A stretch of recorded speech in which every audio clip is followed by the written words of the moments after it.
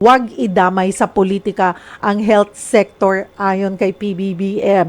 Yun po ba talaga ang bilin niya sa PCSO? Kasi sabi niya, nung siya'y governor, pag malakas ka, abay magkakaroon ka ng ambulansya. Pag hindi, abay maghihintay ka ng matagal.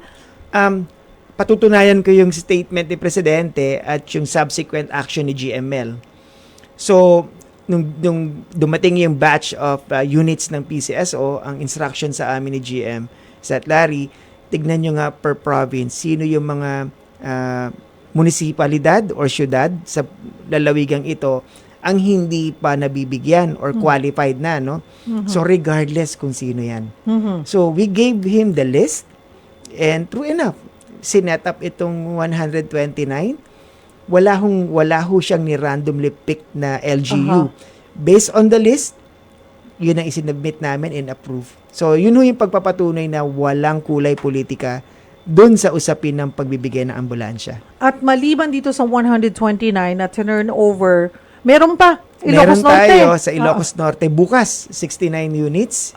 At meron pa ulit sa Iloilo, another 50 units of PTVs naman para sa Region 6. Okay, hindi na po natin iisa-isahin yung LGU na yun, ano? Kasi Yes. napakarami po nitong pinag-uusapan natin. At naalala ko pa, doon pa sa isang pakikipag-usap namin kay GM Robles, kung kakayanin sa buong termino ni Pangulong Bongbong Marcos na hindi lang isa, makaulit pa ng isang ikot lahat ng LGU, ay susubukan po ng PCSO. Yes, actually, susubukan na namin bago magtapos ang taon na ito. So, na merong makadalawa na. Yeah, as pronounced by the President himself, no, nasa pipeline na po ng PCSO yung budget for the procurement of 1,000 PTVs or patient transport vehicles. So, bago magtapos ang taon, makakasiguro ang ating mga kababayan, lalo sa LGUs, no, sa baba, na makakasiguro sila na magkakaroon ho talaga ng unit, hindi lamang siguro isa, dalawa, no? Dalawa sa ngayon kasi kung merong local hospital or devolved hospital, then qualified po sila ulit makatatanggap. Speaking of qualification, kung sino ang qualified, paano po ba magka-qualify? Ano po ba yung requirements para hindi naman sinasabing hindi po mabibigyan at all yung ang isang LGU, pero may mga kailangan kasing